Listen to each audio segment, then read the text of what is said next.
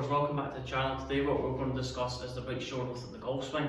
If you are new to the channel, make sure you hit that subscribe button, like each video that I post so you can receive, let's say, a notification every time. If you're a subscriber, every time that I publish a video, you receive a notification of that tip or that desired job that you can use to improve your golf swing. So let's get into this. This video was on behalf of one of my Instagram followers who were asking, can I do a video on the right shoulder width in the golf swing? So today we're going to highlight three kind of common things we look at when we're analysing the right shoulder width in the golf swing, how that's going to affect the impact position. So we talk about the right shoulder moves in three different dimensions. So it's three-dimensional. It moves downward, it moves outward, and it moves forward. So it's my job today to highlight to you how the right shoulder on downswing can affect certain tendencies or certain faults within your golf swing. So the right shoulder, we take the club to the top of the backswing, the right shoulder moves downward, so it moves down towards the ground. It moves outward towards, let's say, the golf ball, and then it moves forward. So it moves forward because our body's moving to the left through impact. That's our right shoulder being pulled along to the right. So we're going to talk about kind of the first common fault I see within golfers who, let's say if you're a golfer who struggles with a path too much from the inside, you're struggling with big blocks to the right or big hooks through impact. So that if you're that golfer, your tendency is you get to the top of the backswing and the right shoulder moves down too early. So the right shoulder moves down too early and we almost get the right shoulder stuck behind our hips or our back. So the right shoulder moves down too early instead of outward a little bit more. And that's where the path gets a little bit stuck from the inside. So you get to the top of the backswing, the right shoulder moves down too early, and that's where we get a little bit stuck. So let's flip that on its head. So we're going to do two common faults first and two simple fixes to, let's say, eradicate that fault. So if you're a slicer of the golf ball, so a slice is one of the most common faults we see in golf.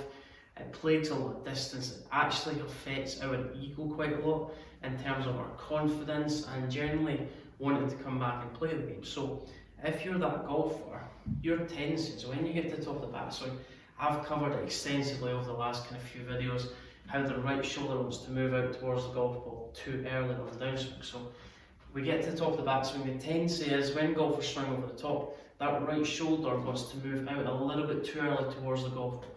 So it doesn't move down enough, it moves outward too early, and that's where we get a path. Let's say the club's travelling a little bit outside on the way down, and the club's moving left through impact. So if you are somebody who struggles with, let's say, getting stuck on the downswing, what we need to feel like we're doing when we get to the top of the backswing is the reverse opposite of that. So if you move down too early, what we want to feel like we're doing is the right shoulder moves a little bit more outward towards the golf ball. So it's moving a little bit more outward. That's the feeling to kind of implement. So it's moving a little bit more outward towards the golf ball as opposed to dropping a little bit too much down to start off with. The second fault obviously is the over the top. So we're just flipping that on its head. So the right shoulder is moving outward too early. We know that if you're struggling over the top swing path, if you're struggling with a slice, what we need to feel like we need to do, so to achieve a more inside path, we need to think about when we get to the top of the backswing, we said the right shoulder moving out too early, we want to feel like the right shoulder moves a little bit more down, so it's moving a little bit more down towards the golf ball, and we feel like the right shoulder is just lowering a little bit. What you'll tend to find is with that right shoulder lowering, that's going to shallow the golf ball. I see a lot of golfers who kind of get this right shoulder moving out towards the golf ball, that encourages an out-to-in path, the right shoulder's a little bit too high through impact. So if you're another golfer who, let's say, struggles with a scoop, so we've talked about path too much on the inside, the feeling is the right shoulder has to move out a little bit early, that's the feeling. If you're struggling over the top swing path, the right shoulder has to feel like it moves a little bit more down towards the ground. And the next fault is we see a lot of golfers that get into the impact position, they get a little bit scoopy, so the club head overtakes the hands, we get this lead wrist almost in a cup position. But anyway, that's not what we're talking about today. So we get a little bit cuppy, the weight's behind the golf ball, and the tendency is, so my weight's a little bit too far back, my right shoulder's too far back behind the golf ball. If you've noticed one of my previous video covered on, let's say, how to pure your iron shots, visit that video. We talked about how our weight's a little bit too far behind the golf ball and how that's going to affect our low point control. So club hitting the ground before the golf ball, club working up through impact too early. So what we want to feel like we're doing if you're that golfer, So the right shoulder gets too far behind the golf ball, so it doesn't move forward if it's actually moving back if you're that golfer who struggles with a scoop. So what we want to feel like we're doing when we get to the top of the backswing, I want you to feel like our right shoulder moves a little bit more forward. So right shoulder's moving forward. A lot of golfers focus too much on the left side, rotating through impact first, but they actually neglect the right hand side of the body, so the right shoulder. The right shoulder has to come through, that's like our power source in the downswing. So remember, what we need to do, get to the top of the backswing. If you're somebody who scoops, right shoulder stays behind the ball. I want you to feel like your right shoulder, getting your right shoulder to the target on the fall through. That's going to help the body rotate more to impact. So take the club to the top of the backswing. Right shoulder, let's say towards the target. So right shoulder towards the target. Of course, there's three kind of common faults I see regularly on the lesson tee. Right shoulder, if it gets moving down too early, that you're a golfer, let's say, struggles with an inside path. If you're somebody who gets the right shoulder moving outward too early, you're somebody who struggles with out-in path.